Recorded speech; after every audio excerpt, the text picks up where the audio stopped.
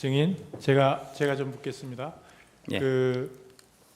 그때 이제 헬기 12대에 8명씩 분승을 해서 출발을 했는데, 네. 그러면 한 번에 세대씩 이렇게 가나요?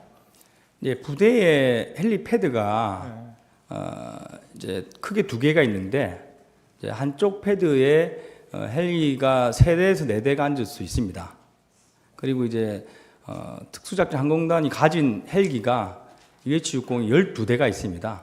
네, 알겠습니다. 제가 네. 그걸 묻자고 하는 게 아니고, 네. 이제 우선 1차적으로 증인을 포함한 헬기 3대가 먼저 도착을 했잖아요. 그렇습니다. 그래서 거기 24명이 내려서 저까지 25명. 5명이 예. 내려서 본관 건물로 걸어서 이동을 했고, 네. 그러면 나머지 이제 후속으로 도착하는 헬기에서 내리는 네. 병력들은 네.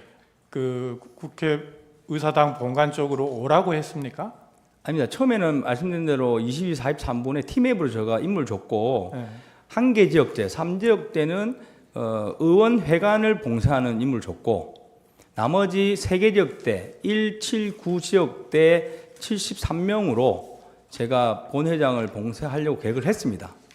근데 와보니까 너무 크고 정문에 사람이 너무 많으셔가지고 전원 다 정문을 오라고 정정해서 지시했습니다. 아, 그러니까 증인이 그 이제 본관 건물에 본관 건물에 가가지고 이제 진입을 하려고 계속 노력하고 있을 당시에는 네. 모두 본관 건물로 와라 이렇게 지시를 했다. 그렇습니다. 그 모두는 97명입니다. 그러니까 97명 전부. 그러면 증인이 그 아까 뭐 여러 가지 상황이 있었지만은 유리창을 깨고 안으로 들어간 사람이 15명이 들어갔다 그랬잖아요. 16명 들어갔고 1명은 방에 있었습니다. 16명이 들어갔다. 그러면 나머지 처음에 출발했던 25명 중에 나머지는 어디 있었어요? 25명이 아니라 97명 중에 12명은 처음에 말씀드린 대로 첫 번째 만난 후문에 그대로 유지를 하고 있었습니다. 후문을 봉쇄하는 개념으로 대치 없이 서 있었고, 그리고 이제 저희가 정문에 왔을 때 너무 사람이 많아서 밀고 들어가려면 짐을 내려야 되지 않습니까? 그래서 측면에 깜깜한 지역에다가 개인별 메고 있는 이제 작전 배낭이라고 합니다. 배낭과 손에 들고 있는 뭐 전투식량, 물, 그리고 탄약, 탄통 이런 것들 다 내리게 하고 거기에 또 한 10명 정도는 더 지키게 했습니다. 그래도 그러니까 결론적으로 증인이 그 옆에 유리창을 깨고 들어갈 무렵에는 네, 그러면 그 현장에 도착한 병력들이 총 몇 명 정도 돼 있었어요? 그때 당시까지 온 사람들. 네, 그래서 말씀드렸는데 몸싸움 한 인원은 60여 명이고 제가 다 나오라고 해서 이동하자고 했는데 저를 따라오는 인원은 10명 정도밖에 안 됐습니다. 그래서 창문 깨는 과정에 인원들 더 데려와라 하고 또 그 기자분들하고 이런 다른 분들이 저희를 못 넘게 저지를 했기 때문에 최종 넘어간 사람은 16명입니다. 하여튼 후속에서 도착한 병력들도 계속 본관 건물로 속속 도착을 했군요. 그러니까 이제 저는 이제 뭐 제일 먼저 간 정면에 있는 사람들 제가 이제 빼냈을 때 저는 다 저쪽으로 안 왔습니다. 한 30여 명 이런 걸 기억하는데 그인들을 다 데리고 들어갈 목적으로 움직인 건 사실입니다. 네. 그다음에 그 아까 실탄 얘기가 자꾸 나오던데 이 실탄은 항상 훈련 상황이든 무슨 상황이든 실탄은 항상 가져두고 다닌다는 말씀이죠. 그렇습니다. 그래서 헬기에 싣고 갔고 헬기 한 대당 그러면 탄통이 80발씩 들어있는 탄통 하나씩 해가지고 종류별로 공포탄 5.5mm, 뭐 9mm 이렇게 해가지고 3통 이런 정도로 가죠. 아닙니다. 헬기별로 그 한 통이고 탄통 크기는 이 정도 사이즈입니다. 네. 한 통이고 그 한 통에 나눠 들어가 있습니다. 16개 탄창이 있고 이제 개인별 2개 탄창입니다. 5.5mm 10발 탄창 하나, 9mm 10발 탄창 하나. 그래서 실탄만 들어 있습니다. 실탄만. 그래서 그러면 탄통은 그 한 통에 하나씩 헬기 하나에 하나씩 싣고 그렇습니다. 가는 거예요? 네. 그러면 그 헬기에서 다 내렸을 거 아니에요? 그거를 어디다가 보관했다는 거예요? 아까 뭐 담 밑에다 보관했다고 뭐 그런 것 같은데 탄통 말씀입니까? 실탄. 예, 실탄은 말씀드린 대로 정문에 왔을 때 사람이 많아서 그 측면 어두운 공간 쪽에 그 가방하고 탄하고 들고 왔던 식량, 물 이런 짐들을 다 내리고 순수 개인이 휴대하는 복장과 총만 들고 이제 정문을 확보하려고 이동합니다. 그러면은 국회의사당의 본관 의사당에 처음에 진입을 할 때까지도 실탄을 이제 개인적으로 나누지는 않았지만 탄통은 들고 갔다는 얘기네요, 그죠? 그렇습니다. 그리고 만약에 확보가 됐다 그러면 실탄을 안으로도 가지고 들어갔을 거라는 취지예요? 하긴 뭐 그걸 뭐 가져갔으니 그거는 뭐 상황에 따라 다를 것 같습니다.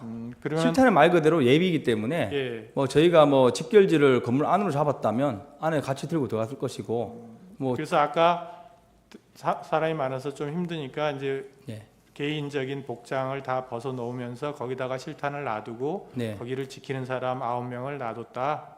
네. 그렇게 된 거다. 그러면 그게 본관 건물 바로 옆인가요? 네. 본관 건물을 기준으로 예. 예. 측면 벽에 측면 벽에 예. 그 어두운 측면 어두운 측면 벽에 벽에 저희 짐을 내렸습니다. 개인 짐과 탄통을 놔뒀다. 네. 네, 알겠습니다. 네, 마치겠습니다. 증인 그 이광희 대령진 있죠? 네.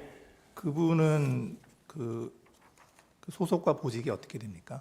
707 부단장입니다. 부단장. 그날 같이 출동했습니까? 안 했습니다. 예. 그날 그 이제 특전사에서 화상회의 시작한 게 22시 47분이죠. 화상회의. 그러니까 화상이 이제 저는 화상의 시간을 모릅니다. 네. 계엄이 선포되고 네. 계엄이 선포되고 나서 이제 그 사령관이 네. 이제 지휘관들 이렇게 다 해서 네. 이제 이게 어떻게 하라 하고 이제 임무를 줬잖아요. 그래서 사령관께서 특전사 화상회를 했다고는 알고 있는데 네. 707은 거기에 포함되어 있지 않습니다. 아, 화상회에 참석 안 했고 그렇습니다. 그 지금 증인이 707 1번 헬기에 탑승하셨죠? 1번 헬기에 예, 헬기. 예. 1번 헬기에 탑승을 했고 예. 이륙한 시간이 23시 22분. 23시 22분 이륙 예, 49분 도착입니다. 예, 그리고 48분이 아니고 49분 도착. 예. 병력은 일지역대를 예. 데리고 갔고. 근데 이제 그 상황이 다 끝나고 나서 예. 이제 철수하고 나서 그 아까 그 이광희 대령이 네. 증인에게 해준 얘기가 있죠. 그러니까 이제 그 화상회의 마이크를 끄지 않아서 네. 그 예하 부대까지 다 마이크로 해서 사령관의 지시 내용이 방송이 됐다. 제가 그 방금 말씀하신 사실을 여러 루트로 들은 기억이 있는데 네. 그게 이광희 부단장이 했는지는 정확하지 않습니다. 예, 그러니까 그때 이 그 안보폰 내용이 아니고 네. 사령관의 지시하는 사령관의 말소리가 네. 마이크를 통해서 그 예하 부대 다른 부대까지도 화상회의로 해서 네. 쭉 들렸다. 네. 이런 얘기 들으셨죠? 네, 그렇게 들었습니다. 그런데 그 지시 내용 중에 국회의원을 끌어내라 라고 하는 지시도 있었다. 이런 얘기는 혹시 그 나중에 부분은 전달 못 지금 받았나요? 국회에서 그 예하 여단을 확인하고 있는 걸로 제가 알고 있고 네, 아니요. 증인이 예. 들은 내용을 제가 묻는 거예요. 그 부분 제가 명확하지 않아서 답변드리기 좀 곤란할 것 같습니다. 왜냐하면 뭐 언론에 그래도 나와 있고 하다 보니까 네. 제가 언론 내용인지 제가 그 당시에 들은 내용인지 잠깐 좀 혼란스럽습니다.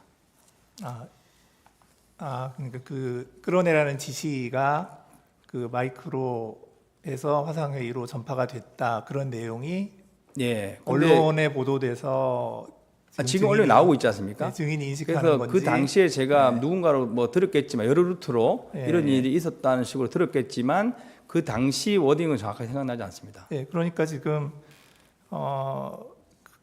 이런 내용이 있는 거예요. 이제 증인이 이제 그 검찰에서 진술한 내용, 이제 오늘 아까 증인이 진술한 대로 되어 있다라고 한 그 조서 내용을 보면 그 이광희 부단장 등 이제 그 부대원들이 그러니까 현장으로 출동하지 않고 영내에서 대기하고 있던 부대원들이 이제 그 다른 여단의 부대원들한테 들었는데 그때 사령관이 그 화상회의 마이크 켜놓은 상태에서 막 지시를 막 했는데 그 중에 국회의원을 끌어내라라고 하고 사령관이 지시하는 내용도 다른 여단의 부대원들이 들었다.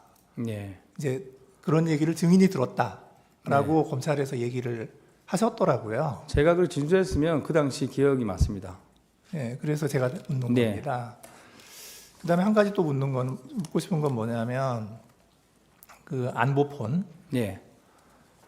통화 내역을 보면 12월 4일 00시 30분에 대통령하고 그 곽종근 사령관하고 통화한 게 있어요. 그 내용 제가 모르시죠? 시간을 모릅니다. 네, 시간 모르시고 그리고 나서 5분 후에 국방부 장관이 또 안보폰을 통해서 곽종근 사령관하고 또 통화를 합니다. 예. 이제 그리고 나서 이제 그 곽종근 사령관이 이제 뭐 이런저런 지시를 한 것 같아요. 예, 저한테 36분에 전했습니다. 예. 그래서 그거를 보면 이제 오늘 쭉 얘기를 하는데 증인은 곽종근 사령관이 상부의 지시를 받았을 것이다 이렇게 증인이 생각하고 계신 거잖아요, 그죠? 그렇습니다. 근데 그 상부라는 게 대통령인지 국방부 장관인지 5분 간격으로 통화를 했으니까 그거 알 수 없는 거죠. 네, 알 수 없고 증인은 모르고. 저는 장관 아니면 겸사령관 정도 되겠구나 이렇게 추측만 했습니다. 네, 그런데 이제 국방부 장관하고 통화하기 5분 전에 대통령하고도 통화를 했단 말이에요. 그 통화 내역이 저는 있어서. 뭐 그 당시에는 몰랐습니다. 네, 모르셨고. 이상입니다. 자, 그러면 지금부터 잠시만 주목해 주시기 바랍니다. 제가 구독자분들을 위해서 선물 하나를 준비했는데요. 제가 항상 여러분들께 드리는 말씀이 있습니다. 뉴스만 평소에 잘 챙겨보셔도 돈이 되고 돈을 벌 수 있다라고 말씀을 드렸는데요. 여러분들은 여기 보시는 삼성전자 뉴스를 보고 어떤 생각이 드세요? 아니면 정치인들의 뉴스, 날씨 뉴스를 보고는 어떤 생각이 드시나요? 그냥 뉴스만 보고 끝내는지 아니면 이 뉴스를 어떻게 이용할 수 있는지 이 부분을 고민하고 계시는지를 되물어보고 싶습니다. 그 이유가 뭐냐 하면 제가 지난번에 여러분들께 뭐라고 말씀을 드렸었죠? 지금은 반도체 섹터를 눈여겨보셔야 한다고 말씀드렸습니다. 그리고 나서 이런 썸네일들 뉴스를 통해서 많이 보셨을 겁니다. 반도체 내용이 이슈가 됐을 때 부자들은 어떻게 생각한다? 반도체 관련주들은 뭐가 있는지, 어떤 종목이 가장 좋은지, 어디에 투자해야 돈이 몰리는지 자연스럽게 생각한다고 제가 말씀을 드렸죠. 그 이유가 뭐냐 하면 부자들이 봤을 때는 이슈가 곧 돈으로 이어지고 그 이슈가 나에게 돈을 벌어준다는 경험적 확신이 있기 때문에 부자들은 항상 이런 사회적 이슈를 관심 있게 챙겨본다고 제가 말씀을 드렸습니다. 이번에도 마찬가지인데요. 제가 지난번에 시청자분들과 함께하는 주식으로 수익 내기 이벤트를 진행했었죠. 당연히 100% 무료로 진행을 했었고요. 여기 보시면 아시겠지만 제가 지난번에도 구독이라고 보내주신 모든 시청자분들께 반도체 관련주 중에 가장 크게 급등할 딱 한 종목, 많은 종목도 아니라 한미반도체 한 종목을 여러분들께 추천드렸어요. 그러면서 여기 나와 있는 대로 정확히 얼마에 매수해야 하는지, 그리고 수익률이 어느 정도 나왔을 때 팔아야 하는지를 이런 부분들까지 여러분들에게 정확히 알려드렸었는데 지금 실제로 어떻게 되었다? 오른쪽을 보시면 아시겠지만 제가 지난번 문자 발송으로 이 한미반도체를 소개해드리고 나서 실제로 이렇게 5배 이상 어마무시한 상승이 나왔습니다. 100만 원만 투자를 했어도 무려 500만 원이 넘는 수익금이 생긴 거죠. 그래서 당시에도 굉장히 많은 분들이 제가 드린 이 한미반도체로 수익을 내실 수가 있으셨을 텐데요. 다시 한번 축하드린다고 말씀을 드리겠고 이번에도 마찬가지입니다. 앞으로도 2024년, 2025년 계속해서 기대해볼 섹터는 AI입니다. 그 중에서도 AI 반도체는 그 누구도 부정할 수 없는 미래 성장 산업입니다. 그러면 우리가 어떻게 생각해 볼 수 있을까요? AI 반도체 종목 중에 앞으로 크게 대장 역할을 하면서 10배 이상 급등할 수 있는 템베고 종목을 지금부터 열심히 추적해야 한다는 겁니다. 큰 돈을 투자하지 않더라도 월급의 일부분 아주 소액이라도 이 종목을 모아가야 수백 %의 수익률을 손에 쥘 수 있는 것이죠. 지금 여러분이 보고 계시는 이 유튜브 또한 AI 반도체와 아주 밀접한 연관이 있고 반도체야말로 대한민국의 핵심 산업으로 앞으로 더더욱 시장은 성장할 수밖에 없습니다. 그렇기 때문에 제가 이번에도 뭘 보내드리고 있냐면 지난번과 똑같이 구독이라는 문자를 보내주시면 제가 AI 반도체 관련주 중에 앞으로 대장주 역할을 하면서 주가가 가장 크게 급등할 한 종목을 여러분들께 문자 발송으로 종목명과 사고 파는 시점을 모두 알려드릴 건데요. 그 문자를 받고 여러분들이 주식으로 돈 버는 연습을 한번 해보셨으면 좋겠고요. 혹시라도 나는 주식을 하지 않는다 하시는 분들은 주변에 주식하시는 지인분들에게 말씀을 해주셔도 되고요. 아니면 연세가 있으셔서 투자가 어렵다 하시는 분들은 이 종목을 자녀분들에게 한번 사봐라. 이걸로 한번 수익을 내봐라. 이렇게 조언을 해주실 수도 있는 거겠죠. 그래서 지금 이 영상을 보시는 시청자분들 중에 나도 이번 종목이 좀 궁금하다 하시는 분들은요. 누구나 상관없이 그리고 어느 시간대나 상관없이 부담 없이 010-2514-5930번으로 구독이라는 문자 보내주시면 제가 이번에도 똑같이 무료 추천 급등주 문자를 보내드리겠습니다. 이해되시겠죠? 제 번호 010-2514-5930번으로 구독이라는 문자 보내주시면 여러분들이 직접 이슈를 통해서 돈 버는 연습을 해보실 수가 있는 거고 제가 돈을 받는 것도 아니고 투자를 대신해 드리는 것도 아니기 때문에 부담 없이 신청해 주시면 되는 겁니다. 그리고 수익이 나면 저는 다른 것은 하나도 바라지 않습니다. 제 채널에 구독, 좋아요 한 번씩만 눌러주시라 이렇게 다시 한번 말씀을 드리겠습니다.